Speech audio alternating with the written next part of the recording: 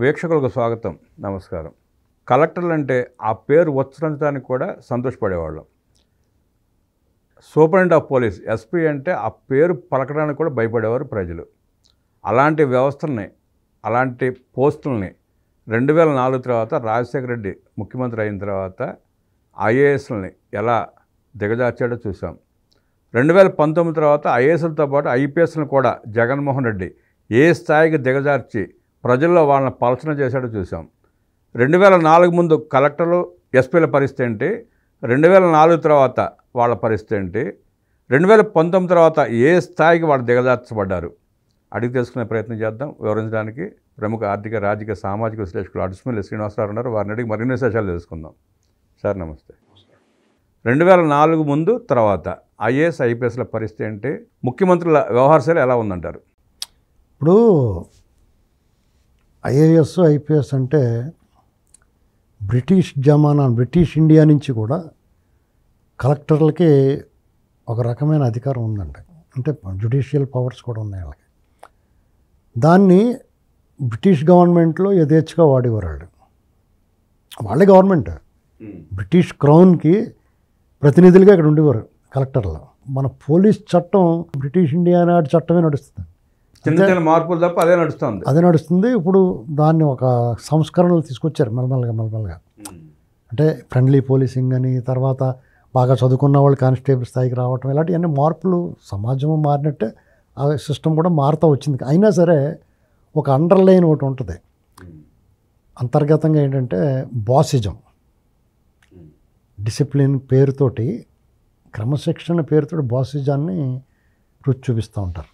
ఎందుకంటే పైవాడు కింద వాళ్ళంతా ఇట్స్ అన్ ఆర్డర్ అని అనేస్తే నోరు మూసుకుని పని చేయాలి. అది అలాగే కలెక్టర్, ఐఏఎస్ ఆఫీసర్లు, Indian administrative service, all India సర్వీసులు, ఈ అధికారులు ఒకానొకప్పుడు చాలా వాళ్ళు చదివిన చదువు వాళ్ళకి ఏం నేర్పిదంటే సంస్కారాన్ని, పని చేయాలన్న తపన్ని, ఒక బాధ్యతని అనుక్షణం గుర్తు చేస్తూ ఉండేది.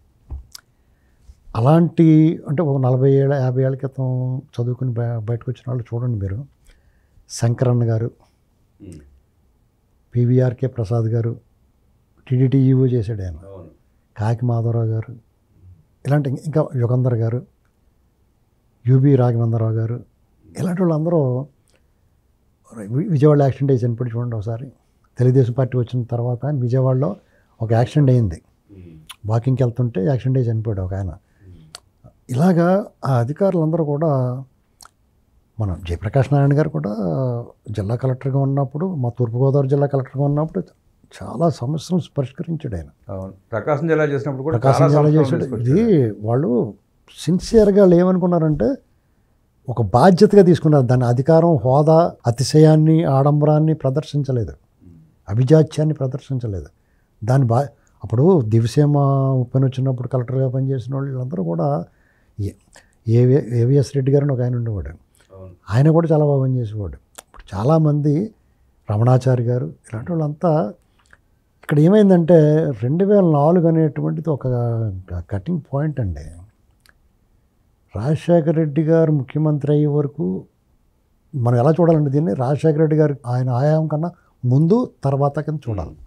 ఎందుకంటే రాజశేఖర రెడ్డి గారు రాకముందు అందరూ కూడా అధికారులు ఎవరన్నా చపల చిత్తం, ప్రాంతీయతత్వం, దుర్బుద్ధి, అహంకారం ఉన్న వాళ్ళు ఉండేవారు. అప్పుడు కూడా చాలా మైన్యూట్ ఉన్న వాళ్ళ లోపల పెట్టుకునేవారు తప్ప బయటికి బహిరంగంగా నగ్నంగా ఎప్పుడు వ్యవహరించలేదు. బాధ్యత 90% బాధ్యత ఉండేది. బలవంతంగా అన్నా బాధ్యతగా వ్యవహరించేవారు. పక్కడు ఏమనుకుంటాడో, తన తోటి ఆఫీసర్ కన్నా అతనికన్నా వెనకబడుతున్నాను. వాళ్ళలో స్పర్ధయా విద్య వర్ధతే అని ఆ కాంపిటీషన్, స్పోర్టివ్ స్పిరిట్ ఉండేది వాళ్ళలో. మీకు గుర్తుందో లేదో, ఎన్టీ రామారావు గారి హయాంలో ఒకసారి ఐఏఎస్ ఆఫీసర్ల, కలెక్టర్లు అందరినీ కిడ్నాప్ చేస్తారు నక్సలైట్లు ఏజెన్సీలో. కిడ్నాప్ చేస్తే మామూలుగా అయితే నక్సలైట్ ఏం చేస్తారండి, తీసుకెళ్ళిన శోభాపురం కుమ్మేసి వాళ్ళని, అందులో అధికారులు ప్రజలను పీడిస్తున్నారో రాజకీయ నాయకులను వాళ్ళు క్షమించరు. వాళ్ళు ఆ టైంలో కాలు చంపేయటం, వాళ్ళందరూ ప్రజా కోర్టులో తీర్పులు ఇచ్చేసేవారు. కానీ వాళ్ళందరినీ చిన్న ఈగ వాలకుండా పంపించారు బయటికి. ఏంటంటే వాళ్ళలో కొన్ని లక్షణాలు ప్రజల పట్ల వాళ్ళు పనిచేసిన తీరు, వాళ్ళ బాధ్యతని గుర్తించి వాళ్ళు విడిచిపెట్టారు. కేవలం ప్రభుత్వాన్ని బ్లాక్మెయిల్ చేయడానికి, ఇబ్బంది పెట్టడానికి వాడుతున్నారు తప్ప వాళ్ళకేమీ హింసించలేదు. అంటే వార్నింగ్ లాగా ఇచ్చారు ఆనాడు ప్రభుత్వానికి తోటి విభేదించారు తప్ప ఆ అధికారులతో విభేదించలేదు. వాళ్ళు మీరు గుర్తుపెట్టుకోండి.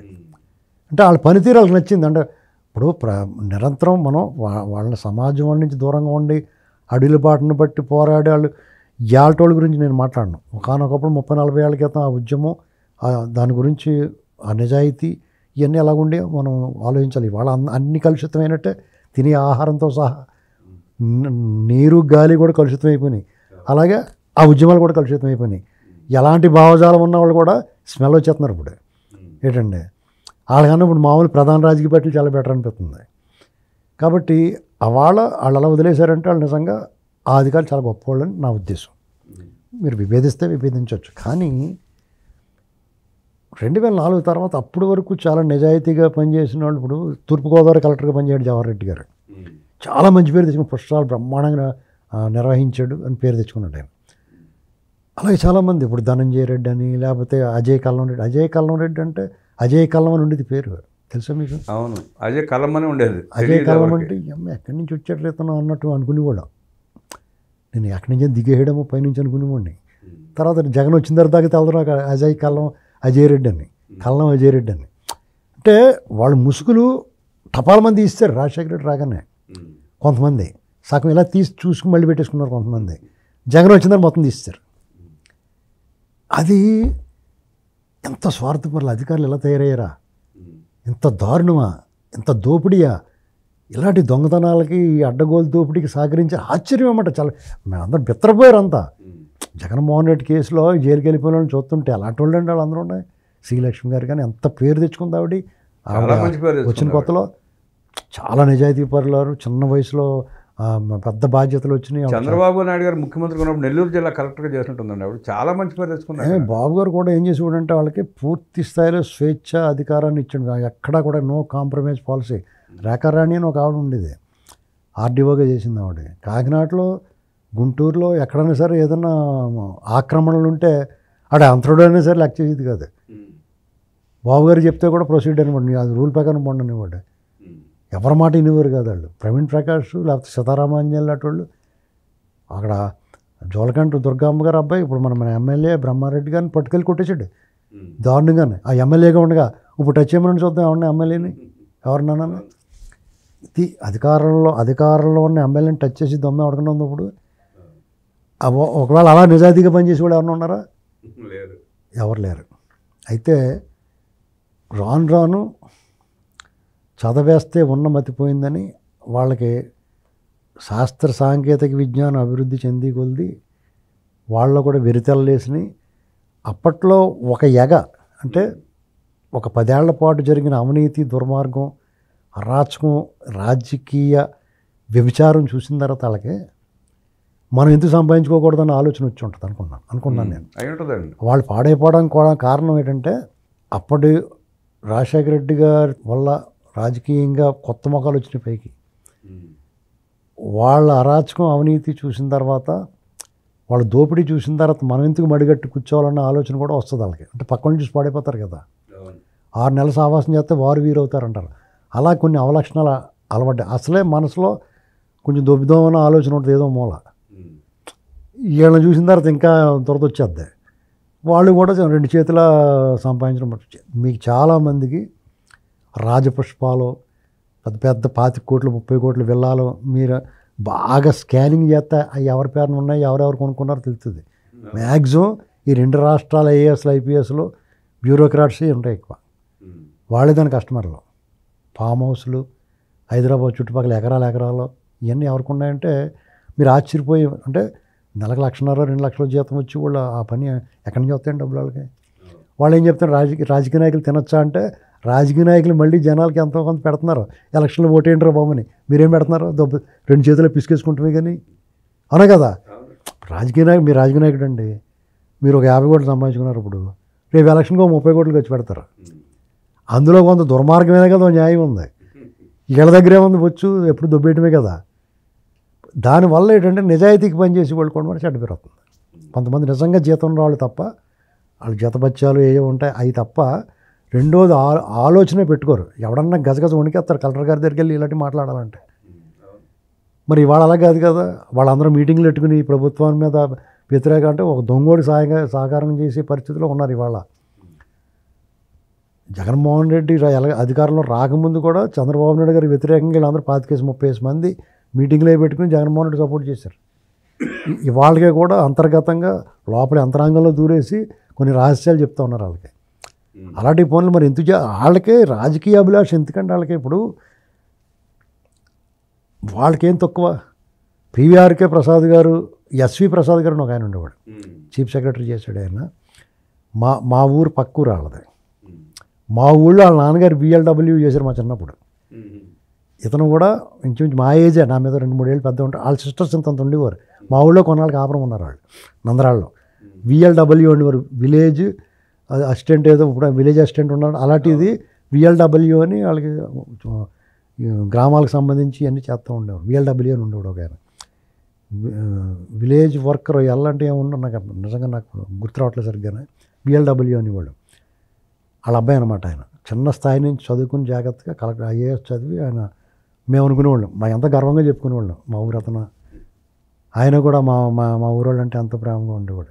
ఇలాంటి పరిస్థితుల్లో ఐఏఎస్లు అంటే మేము పైనుంచి దిగొచ్చాము, మేము చాలా గొప్పవాళ్ళం అన్న స్థాయికి మారిపోయింది. సరే చంద్రబాబు నాయుడు గారు వాళ్ళకి ఎంతో స్వేచ్ఛనిస్తాడో, వాళ్ళకి చంద్రబాబు నాయుడు గారు మోటివేషనల్ స్పీచ్లు ఇప్పిస్తారు వాళ్ళకి, ఐఏఎస్లకి ఐపీఎస్లకి. వాళ్ళు ట్రైనింగ్ అయ్యి బయటకు వచ్చే ముందు చంద్రబాబు నాయుడు గారిని తీసుకెళ్ళి ఇప్పిస్తారంటే ఈయన స్థాయి అలాంటిదో. అంటే చాలామంది చంద్రబాబు గారిని ఇలా మాట్లాడుతున్నారు, బాధపడుతున్నారు. ఆయన పొగడకండి అని చెప్పి నాకు ఇందాక ఒక అరగంట క్రితం ఫోన్ చేశాడు ఒక ఆయన పొగడకండి అని. ఎందుకు పొగడొద్దంటారు? వాళ్ళ కారణాలు వాళ్ళు ఏదో చెప్తున్నారు, అది మనకి బయట చెప్పేది కాదు. అయితే ఇక్కడ ఒక మనిషి అందరికీ నచ్చాలని లేదు. డెఫినెట్గా ఆయన ఎవరైతే నాకు ఫోన్ చేసి మాట్లాడారో ఆయన చెప్పిన వాటిలో కొన్ని వాస్తవాలు ఉన్నాయి. దాన్ని ఒక కోణంలో చూడకూడదు మనం. రెండో కోణం, ఇప్పుడు ఒక రాష్ట్రానికి ముఖ్యమంత్రిగా ఉన్న మనిషి, ఒక ప్రజలందరూ నమ్మకం పెట్టుకున్న వ్యక్తి, ప్రజలనే నమ్ముకున్న వ్యక్తి, వాళ్ళ విధానం మనకు డైజెస్ట్ అవ్వదు, మనకు నచ్చదు ఒకసారి. అలాగని చెప్పి ఆయనలో ఉన్న క్వాలిటీస్ని మొత్తాన్ని మనం తుడిచిపాడేయలేం కదా. 80% ఆయనలో అన్ని ఉత్తమ లక్షణాలు, ఒక పాలకుడికి ఉండాల్సిన లక్షణాలన్నీ ఉన్నాయి. అంటే జగన్ని, రాజశేఖర రెడ్డిని ఇలాంటి చూసిన తర్వాత మనకి ఏమనిపిస్తుంది అంటే ఈయన నచ్చడు. వాళ్ళ దుర్మార్గాలు చూసి వచ్చిన తర్వాత జనాలు ఎప్పుడు కూడా తన్నులు తిన్నవాడికి ఈపి చెట్లు కొట్టించుకున్నవాడికి ఏం పెద్ద అంటే ఒక్కటన్నా ఈపి మీద సరసాలను ఉంటుంది. అంటే అవినీతికి వాళ్ళు కోఆపరేట్ చేశారు కాబట్టి ఈయన నచ్చడు వాళ్ళకి, జనాలు కూడానండి. ఇప్పుడు రాజశేఖర రెడ్డి గారు, జగన్మోహన్ రెడ్డి వీళ్ళు ఏం చేశారు, వేధించుకు తిన్నారు, వేపుడు వేసేసారు చేశారు. ఇప్పుడు మీరు బాధితులు అనుకోండి, జగన్మోహన్ రెడ్డి బాధితులు అనుకో, ఏదో రూపంలో భూముల విషయంలోనో, పక్కడితో గొడవ విషయంలోనో, కేసుల విషయంలోనో, లేకపోతే మీ పథకాలు రద్దు చేయడం విషయంలోనో ఏదో నాకు ఉందని కోపం, మీకు ఒళ్ళు మండిపోయి ఎప్పుడు దొరికితే అప్పుడు వంగ తీసి గుద్దేయాలని ఉంటుంది. మీరు గుద్దలేరు కాబట్టి ఈ ప్రభుత్వం చంద్రబాబు గారు రాగానే లోపలేసి కుమ్మేయాలని ఉంటుంది. ఆ పని చేయకపోతే మీకు బాధ అవుతుంది. మీకు ఏమనిపిస్తుంది, మేము ఎన్నాళ్ళు పని చేసాం, మళ్ళీ మేము పని చేయాలంటే మా ఇది తీర్చాలి కదా అని ఉంటుంది మీకు. ఆయన దృష్టికోణాలు ఎలా ఉంటుందంటే మనం ఈ పని చేస్తే మళ్ళీసారి ఇంకా గట్టి కొడతాడు కదా. మనం అలా చేయకపోబట్టి లాస్ట్ టైం ఊచకోత కోసేసినాం. 2014 నుంచి 2019 వరకు చంద్రబాబు నాయుడు గారు ఇతను తొక్కేద్దామని, లేకపోతే ఈ పార్టీ లేకుండా చేద్దామని జగన్మోహన్ రెడ్డి చేసిన అరాచకంలో 10% చేసినా 19 నుంచి 24 వరకు ఊచకోత ముంజికాయలు కోసినట్టు కోసిద్దరు. ఆ పార్టీ అడ్రస్ ఉండేది కాదు ఓ రకంగా. ఏంటండి అది మరి అలా చేయకపోబట్టి వాళ్ళు చేతులు రాలేదు. వాళ్ళు ఎంత దుర్మార్గులైనా సరే వాళ్ళు దుర్మార్గాలు చేశారు, కానీ మీకు వాళ్ళ చేతులు రాలేదు. వేళ మీద లెక్క పెట్టచ్చు, మీరు ఎన్ని దుర్మార్గాలు చేసి ఎంతమంది ఉన్నారు రమ్మనండి చూద్దాం. అన్ని వర్గాలని దెబ్బ కొట్టేసాడు, అందరికీ సురక తగిలింది కాబట్టి ఇవాళ ఓడిపోయాడు అతను. అదే పని ఇప్పుడు వీళ్ళు చేశారనుకోండి, అంటే మనం ఒక క్షణం ఆలోచించండి. సపోజ్ ఇప్పుడు చంద్రబాబు నాయుడు గారు రాగానే వీళ్ళందరికీ దప్పలం వేసేసి వాళ్ళ మీద పడిపోయి వాళ్ళు ఇల్లు ఆగేసుకుని కొట్టేసి ఎన్ని చేశారు. మొన్న పవన్ కళ్యాణ్ గారిని తిట్టాడని అవును కొట్టారు. కొట్టిన తర్వాత ఏమంటున్నారు, అలా కొట్టొచ్చా అంటున్నారు జనం. మరి ఆడు మాట్లాడొచ్చు అలాగా. అడిష్టం నువ్వు ఆడు ఈడని మాట్లాడాడు. ఏటా నన్ను పీకారు వాళ్ళు. పీకినప్పుడు ఏమంటున్నారు జనం ఇప్పుడు, ఏదైనా ఉంటే కేసు పెట్టాలి కానీ అలా కొడతామేంటి అంటున్నారు. చట్టపరంగా వెళ్ళాలి కానీ ఎందుకు ఒకవేళ వాళ్ళు దాని మీద ఎవరు వెళ్ళి అటాక్ చేయలేదు అనుకోండి, వీళ్ళు సన్నాసులు దద్దాములు ఎన్ని తిట్టినా పడుతున్నారు. ఇది నరం నేను నాలుగు ఇటువైపున మాట్లాడదు. రెండు వర్గాలు ఎప్పుడు ఉంటాయండి. ఇప్పుడు అంచేత దాన్ని బ్యాలెన్స్ చేసుకుని ఆయన ఎంచుకున్న మార్గం ఏంటంటే, అలాగని చెప్పి ఎవరిని వదిలేయట్లేదు కదా. ఇక్కడ ఇది చాలా ధర్మ సంకటం అండి. ఏం చెప్పాలి, ప్రకారం వెళ్తున్నాడు. నా నోటితోనే చంద్రబాబు నాయుడు గారిని కొన్ని విషయాల్లో అసలు మనం ఒక మాట కూడా అనలేనండి. ఎందుకంటే ఆయన స్టేట్స్మెన్, ఆయన చట్టాన్ని గౌరవించే వ్యక్తి, చట్టాన్ని గౌరవించే మనిషి మనం. కాబట్టి సరే, ఈ అధికారులు దాన్ని దుర్వినియోగం చేసుకుంటే మనం దాన్ని అడగొచ్చు. ఇప్పుడు సపోజ్ ఒక ఐఏఎస్ ఆఫీసరు ఢిల్లీలో చిన్న ఇష్యూ జరిగింది. ఒక ఎంపీ గారి పట్ల అనుచితంగా వ్యవహరించాడు. ఆవిడ చెప్పు తీసి కొడతాననే స్టేజ్కి వచ్చిందంటే ఆయన ఎలా మాట ఉత్తున ఎందుకంటే ఆవిడ బాగా చదువుకున్న ఆవిడ. చాలా ఇప్పుడు ఒంటి చేతితో తప్పట్లు వస్తాయండి. నువ్వు ఎవరన్నా ఒక అధికారి ఒక ప్రజాప్రతినిధిని హ్యూమిలేట్ చేస్తే ఒళ్ళు మండుద్ది. చాలా బ్యాలెన్స్డ్గా వెళ్తుంది. పైగా సీమ నంజాల బ్యాచ్, వాళ్ళు ఊరుకుంటారు. వాళ్ళ దగ్గర ఇంకా వాళ్ళ దగ్గర ఎట్టుకుని ఉండాలి ఏంటంటే. పైగా మహిళ ఎంపీ, వెరీ గుడ్ పార్లమెంటేరియన్, అద్భుతంగా ప్రసంగిస్తుంది, తోలు తీసి ఎండేస్తుంది ఏంటంటే. అటువంటి వ్యక్తిని పట్టుకుని నువ్వు మామూలుగా ఒక అధికారిగా కాకుండా ఒక సామాన్య పౌరుడిగా, ఈ దేశ పౌరుడిగా భారత పార్లమెంట్లో ప్రాతినిధ్యం, ఆంధ్రప్రదేశ్ నంద్యాలకు ప్రాతినిధ్యం వహిస్తున్న ఒక ఎంపీని పట్టుకుని నువ్వు చిన్నగా ఏం మాట్లాడారో నాకు తెలియదు, కానీ రకరకాలు వచ్చినాయి వార్తల్లో. నువ్వు ఎలాగ మాట్లాడినా తప్పే. అందుకని ఆవిడ అలా రియాక్ట్ అయింది. ఆ విషయంలో చంద్రబాబు నాయుడు గారు డెఫినెట్గా ఆ పిల్లవాడిని కలెక్టర్ని ఐఏఎస్ ఆఫీసర్ని పిలిచి మందలించాలి. అలాంటివి కొంచెం బాధ కలుగుతున్నాయి వీళ్ళందరికీ. ఇదేం చేస్తాడంటే ఆయన మన అధికారులని మనం అవమానించకూడదు, వాళ్ళతో పని చేయించుకోవాలి తప్ప మనం వాళ్ళతో తిట్టి కొట్టి ఏం చేస్తాం అన్నట్టుగా ఆయన ఆలోచన ఉంటుంది. ఇప్పుడు యువతల వాళ్ళకి ఈ గోల్ ఉంటాయి కదా డెఫినెట్గానే. ఇప్పుడు ఒక ఎంపీ వాళ్ళు మినిమం కర్టసీ అన్నిటికన్నా ముఖ్యం ఏంటంటే, ఇది బ్రిటిష్ ఇండియా కాదండి, ఇండిపెండెంట్ ఇండియా, స్వతంత్ర భారతదేశం, ప్రజాస్వామ్యం, ప్రజాప్రతినిధి రాజు, ప్రజల బదులు మన ప్రతినిధులు. ఇక్కడ ఐఏఎస్లైనా ఐపీఎస్లైనా ఏ ఉద్యోగైనా సరే గవర్నమెంట్ సర్వెంట్స్. గవర్నమెంట్ అంటే ప్రజలు, వీళ్ళు పబ్లిక్ సర్వెంట్స్. పబ్లిక్కి రిప్రజెంటేట్ చేస్తున్న ప్రజాప్రతినిధులకి సర్వెంట్స్, సేవకుల కింద లెక్కళ్ళు. వాళ్ళు సేవకులే, వీళ్ళు సేవకులే. వాళ్ళకి ప్రజల ప్రతినిధులు, నువ్వు యంత్రాంగం. నువ్వు ఎవరిని గౌరవం ఇవ్వాలి? వాళ్ళు వాళ్ళ ప్రవర్తనలో తప్పు ఉంటే 5 సంవత్సరాలకు ఒకసారి పరీక్ష నిలబడతారు. ప్రవర్తన బాగోపోతే ఓడిపోయి వెళ్ళిపోతారు. నువ్వు 5 సంవత్సరాలకు లేకపోతే 2 సంవత్సరాలకు ఒకసారి నీ body fitness, mind fitness check చేస్తున్నారా మీకు? ఒకసారి సర్వీస్లోకి వస్తే రిటైర్ అయిపోవటమే కదా. మీకు పరీక్షలు ఎందుకు లేవు? మీకు పరీక్షలు ఉండాలి వద్దా? ఉండాలి. మిమ్మల్ని చెక్ మీ మానసిక స్థితి ఎలా ఉందో చూడాలి కదా. ఇప్పుడు నువ్వు ఉద్యోగంలో జాయిన్ అయ్యేవాడు బ్రహ్మాండంగా ఉంటావు, మంచి ఆశయాలతో వస్తావు, మంచి ఉద్దేశాలతో ఉంటావు, వృత్తి పట్ల అంకిత భావంతో ఉంటావు. అటువంటిది నువ్వు 2 ఏళ్ళ తర్వాత జగన్లో బుద్ధి వచ్చేసింది అనుకో, నీకు జగన్ ఆహ్వానించాడు అనుకో, నువ్వు పైశాచికత్వం చూసాం కదా, కొంతమంది ఆఫీసుని జైల్లో కట్టపోయిన వాళ్ళని. మరి నీ పరీక్ష ఏది? ఇప్పుడు ప్రజాప్రతినిధులను అందరూ నోటుకొచ్చినట్టు మాట్లాడతారు రాజకీయ నాయకుల్ని. వాళ్ళు 5 ఏళ్ళకి ఒకసారి పరీక్షకు నిలబడుతున్నారు, మంచి గెలుస్తాడు, లేకపోతే పోతున్నాడు. మరి మీకేది పరీక్ష? మీరు 2 ఏళ్ళకి కూడా 5 సంవత్సరాలకు వీళ్ళు 2 ఏళ్ళకే పెట్టాలా? ప్రతి ఆఫీసర్కి 2 ఏళ్ళకి ఒకసారి పరీక్ష పెట్టాలా? లేదంటే ఒళ్ళు పొగరెక్కిపోయి మాట్లాడుతున్నారా? ఏంటండి అది? జ్యుడిషియల్ పవర్స్ ఉన్నాయా? పబ్లిక్ తర్వాత ఎవరన్నా ఉన్నాయి, అది గుర్తుపెట్టుకోవాలి. ఎవరన్నా చంద్రబాబు నాయుడు గారు ఇచ్చిన ఈ స్వేచ్ఛని, ఆయన ఇచ్చే మర్యాదని, గౌరవాన్ని, మన్ననని, సమన్వయాన్ని, సహనాన్ని, సంయమనాన్ని మీరు దుర్వినియోగం పరచుకోకూడదు. ఆయన అంత బాగా చెప్పాడు పిల్లలకి, కొత్తగా వచ్చిన ఐఏఎస్లు అందరికీ. ఆయన అనుసరిస్తే మీరు ఉన్నత స్థానాల్లోకి వెళ్తారు. పీవీఆర్కే ప్రసాద్ గారు వాళ్ళలాగా పేరు తెచ్చుకుంటారు. ప్రధానమంత్రి వరకు కూడా వెళ్తారు మీరు. ఆయన దగ్గర పిఎస్గా పనిచేసే అవకాశాలు వస్తాయి, పిఎంఓలో కూడా పనిచేసే అవకాశం వస్తుంది. ఈ జగన్మోహన్ రెడ్డి మాటని మీ నోటికి వచ్చినట్టు ఓవర్ యాక్షన్ చేస్తే జైల్లోకి వెళ్తారు. ఇప్పుడు ఆర్బీఐ గవర్నర్ దాకా వెళ్ళారండి చంద్రబాబు నాయుడు. అదేనండి. ఇప్పుడు జగన్మోహన్ రెడ్డి, ఇప్పుడు వీళ్ళు ఓవర్ యాక్షన్ చేశారనుకోండి, జగన్మోహన్ రెడ్డిని వాళ్ళని చూసి ఇప్పుడు తెలుగుదేశం వాళ్ళు అంటే హీనంగానో, నువ్వు అధికారంలో ఉన్న ఎంపీలను వాళ్ళని ఇప్పుడు వాళ్ళైనా దుర్భాషలాడి వాడితే కూడా డెఫినెట్గా నీ చట్టం నీకు ఉంది, నీకు రక్షణ నీకు ఉంది, రాజ్యాంగ రక్షణ, దాని ప్రకారం నువ్వు పోరాడాల. వాళ్ళు పీపుల్స్ రిప్రజెంటేషన్ కదా వాళ్ళకి వేరే ఏమీ లేదు, డైరెక్ట్గా ప్రజలే వాళ్ళ బలం.